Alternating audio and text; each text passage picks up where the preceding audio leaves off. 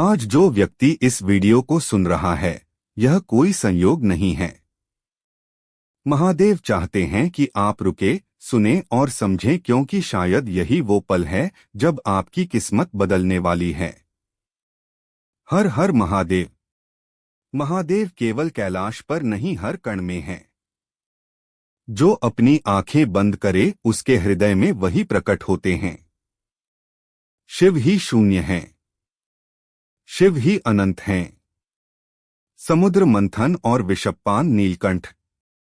भस्म रमाने वाले भोलेनाथ। क्यों शिव को भोला कहा जाता है?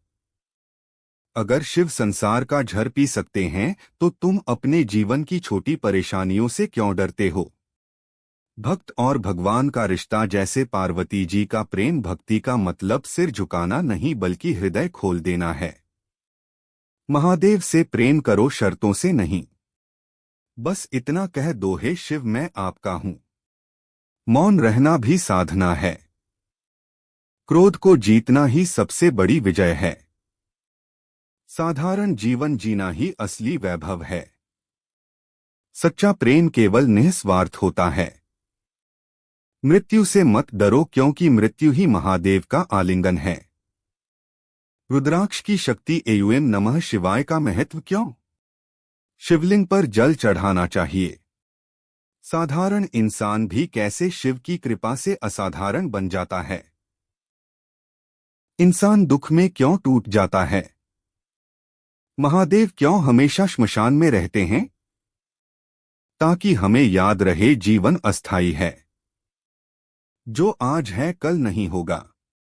जो कल है वह भी एक दिन नहीं रहेगा। बस शिव ही शाश्वत हैं। अपनी सांस पर ध्यान दो। हर सांस में शिव को लो, हर सांस में शिव को छोड़ो। अगर आपको यह भावनाएं छू गई हैं, तो कमेंट में लिखो, हर हर महादेव। अगर तुमने इस यात्रा को पूरा सुना है, तो समझ लो महादेव ने तुम्हें अपने शरण में बुला लिया है। अब तुम्हारा हर कदम महादेव की कृपा से होगा। हर हर महादेव। वो अब चाहते हैं कि तुम बदलो, जागो और अपने असली रूप को पहचानो। और अगर तुमने आज की यह पूरी वाणी सुन ली, तो तुम्हारी जिंदगी वैसी नहीं रहेगी जैसी अब तक थी। यह वादा है। क्या तुमने कभी रात को चुपचाप रोते हुए महादेव को पुकारा है? क्या तुमने भीड़ में होते हुए भी खुद को अकेला महसूस किया है? क्या तुम वह इंसान हो जो सबको संभालता है, लेकिन खुद को कोई नहीं समझता? अगर हाँ, तो जान लो महादेव अब तुम्हारे बहुत करीब हैं। उन्होंने तुम्हारी पुकार सुन ली है और वह अब तुम्हें तैयार कर रहे हैं एक नई यात्रा के लिए। हर सच्चे भक्त को महादेव परखते हैं, बार बार गिराते हैं ताकि तुम खुद से उठना सीखो। वह कभी तुम्हारी मांगे तुरंत पूरी नहीं करते, क्योंकि वह तुम्हें उससे बड़ा देने की योजना बना रहे होते हैं। महादेव का न्याय धीमा जरूर है, लेकिन जब आता है तो तूफान की तरह आता है। तुम वो आत्मा हो जो साधारण नहीं है। तुम में परिवर्तन की ज्वाला है।